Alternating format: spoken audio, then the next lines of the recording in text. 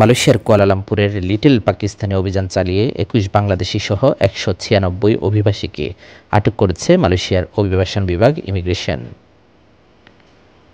২৭শে September কুয়ালালামপুরের সুলতান আজলান শাহ সড়কটির পাশে অবস্থিত little Pakistan এলাকায় বড় ধরনের অভিযানে ১৯৬ অবৈধ অভিবাসীকে আটক করেছে মালয়েশিয়া ইমিগ্রেশন বিভাগ। কুয়ালালামপুর ইমিগ্রেশন পরিচালক ওয়ান মোহাম্মদ সাউফি ওয়ান ইউসুফ জানান, শুক্রবার রাত ৯টা থেকে ১১:৩০ পর্যন্ত চলা এই অভিযানে প্রায় ১ কিলোমিটার এলাকায় থাকা ৪৫টি ব্যবসা প্রতিষ্ঠান, যার মধ্যে রয়েছে রেস্টুরেন্ট, মুদির দোকান ও হোটেলের বিভিন্ন এলাকায় অভিযান পরিচালনা করা হয়। মোট ৪০০ জনকে তল্লাশি করে এর মধ্যে ১৯৬ জনকে আটক করা হয়েছে। আটককৃতদের মধ্যে রয়েছে ১৫০ জন পাকিস্তানি, ৬ জন ইন্দোনেশিয়ান, ২১ জন বাংলাদেশি, ১০ জন ভারতীয়, ২ জন জর্দানীয়, ৪ জন নেপালি, ২ জন ফিলিপিনো এবং ১ জন শ্রীলঙ্কার নাগরিক। তাদের বয়স ১২ থেকে ৬০ বছরের মধ্যে।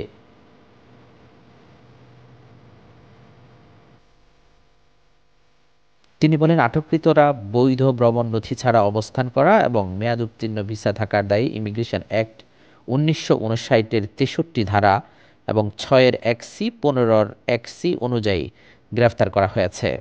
বেশিরভাগই স্থানীয় রেস্টুরেন্টে কাজ করছিল। এই সময় ৩ জন স্থানীয় নাগরিককেও আটক করা হয়, যারা অবৈধ অভিবাসী নিয়োগের দায়ে তাদের বিরুদ্ধে ইমিগ্রেশন অ্যাক্টের ধারা ৫৬(১)(ডি) ও ৫৫(ভি) অনুসারে ব্যবস্থা নেওয়া হচ্ছে। অভিযানে আরও দেখা যায়, কুয়ালালামপুরের সিটি হল, ডিবিকেএল ফুটপাত দখলের অভিযোগে ৫২টি টেবিল, ২০৪টি চেয়ার জব্দ করে। এছাড়া গৃহস্থালী বাণিজ্য ও জীবনযাত্রার খরচ বিষয়ক মন্ত্রণালয়ের মূল্য তালিকা এবং ওজন যন্ত্র সংক্রান্ত অনিয়মের কারণে ৫টি নোটিশ জারি করে, যার মধ্যে মোট জরিমানা করা হয় ৫,৫০০ রিঙ্গিত।